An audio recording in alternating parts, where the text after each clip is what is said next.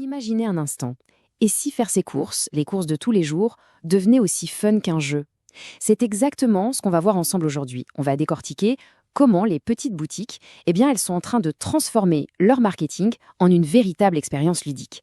Le but, attirer du monde, bien sûr, mais aussi fidéliser. C'est une approche qui, vous allez voir, change complètement la donne. Ok, mais avant de plonger dans la solution, petit retour en arrière. Essayons de nous mettre dans la peau d'un commerçant, n'importe lequel. Pour lui, chaque jour, c'est un peu le même combat. Comment exister? Comment se faire remarquer quand on est entouré de géants du web, de grandes chaînes qui, soyons honnêtes, aspirent toute l'attention? Voilà, c'est vraiment la question fondamentale aujourd'hui. On vit dans une époque où on est littéralement bombardé de pubs, de notifications, d'infos en tout genre. Alors dans ce brouhaha permanent, réussir à capter l'attention, ne serait-ce qu'une petite seconde, ça tient presque de l'exploit. Et ça touche tout le monde, hein. Qu'on parle de la boulangerie du coin, du barbier, de la petite librairie ou du resto qu'on adore, le défi, il est le même pour tous. Comment capter l'attention? C'est une lutte de tous les instants pour la visibilité. Il faut donc, de toute urgence, trouver une autre manière de faire, une nouvelle approche pour sortir du lot. Bon, on a bien posé le problème, alors maintenant, passons à la solution. Une solution assez ingénieuse, il faut le dire, et si la clé justement se trouvait dans le jeu. C'est là que tout bascule. C'est le moment où le marketing traditionnel, un peu plan-plan, se réinvente complètement. Alors, le concept clé derrière tout ça, ça part un nom. C'est le marketing ludique, ou la gamification, comme on dit souvent. Attention, l'idée, c'est pas juste d'amuser la galerie. Non, le but, c'est d'intégrer des vraies mécaniques de jeu. Vous savez, le défi, le hasard, l'envie de gagner une récompense, pour que la visite en magasin devienne une expérience mémorable et engageante. Et pour que ça devienne concret, il y a des outils qui existent, comme Sush Pro Gaming, par exemple. Pour bien comprendre, c'est simple. Imaginez la bonne vieille roue de la fortune de la fête foraine, mais en version 2.0, complètement repensée pour aujourd'hui. Il suffit d'un simple scan de QR code et hop, toute l'excitation du jeu, la petite adrénaline de pouvoir gagner quelque chose, ça arrive direct sur le smartphone. Bon, ça a l'air sympa, mais concrètement, comment ça marche? On va aller voir un peu dans les coulisses. On va regarder ce que ça donne, à la fois du côté de la personne qui joue, mais aussi du côté du commerçant, celui qui est aux manettes. Et c'est là que c'est vraiment malin, c'est qu'il y a deux facettes. D'un côté, pour le client, c'est simple.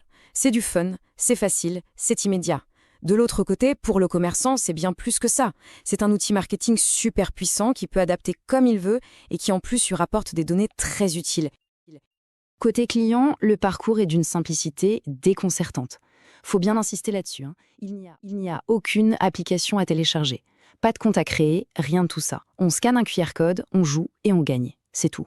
L'accès est instantané et ça, c'est crucial. Ça supprime toutes les barrières, toute la friction. Mais attention, cette simplicité, c'est vraiment que la partie visible de l'iceberg, parce que de l'autre côté du miroir, en coulisses, il y a un tableau de bord super complet pour le commerçant. Et c'est là qu'il a un contrôle total sur l'opération. Et quand je dis contrôle total, c'est vraiment le cas. Le commerçant peut absolument tout personnaliser. Il choisit les cadeaux à faire gagner, bien sûr, il peut changer le look de la roue pour qu'elle corresponde à sa boutique, il peut même régler les probabilités de gain au pourcentage près. Et il peut aussi ajouter des conditions du genre « il faut dépenser au moins 10 € pour avoir le droit de jouer ». Donc ce n'est pas juste une petite animation sympa. Le jeu, c'est aussi un vrai outil pour collecter des données.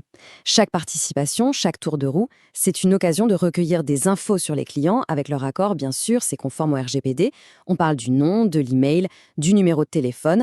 En fait, le jeu devient un entonnoir de conversion, mais en version fun. Et le gros avantage, c'est que tout ça, c'est suivi en temps réel. Le commerçant a son tableau de bord et il voit tout en direct. Combien de personnes ont joué, combien de parties, quels lots ont été réclamés.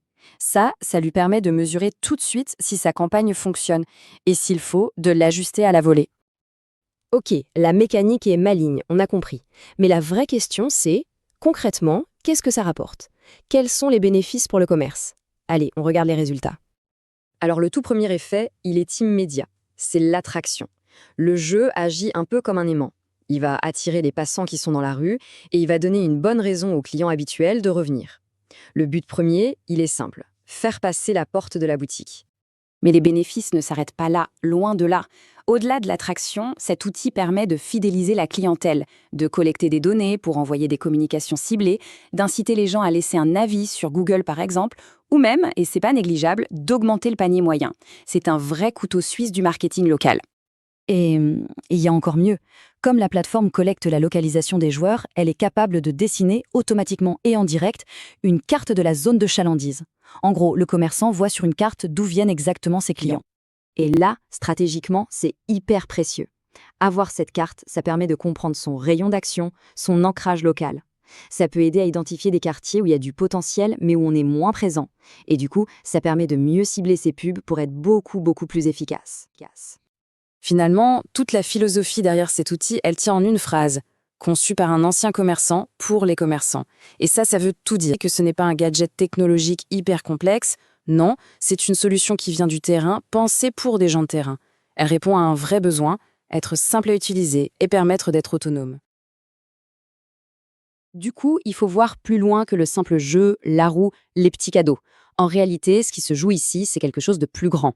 C'est la démocratisation d'outils marketing qui étaient, jusqu'à présent, réservés aux grosses boîtes avec de gros budgets. Là, on les rend accessibles à ceux qui font vraiment vivre nos quartiers, nos centres-villes. Et on va terminer là-dessus avec une question un peu ouverte. Face à la digitalisation massive, à la concurrence du e-commerce, est-ce que la clé pour l'avenir de nos commerces de proximité, ce n'est pas justement ça? Intégrer une dimension de jeu, quelque chose d'interactif, d'engageant. Est-ce que c'est ça l'avenir du shopping local? C'est une bonne question à se poser.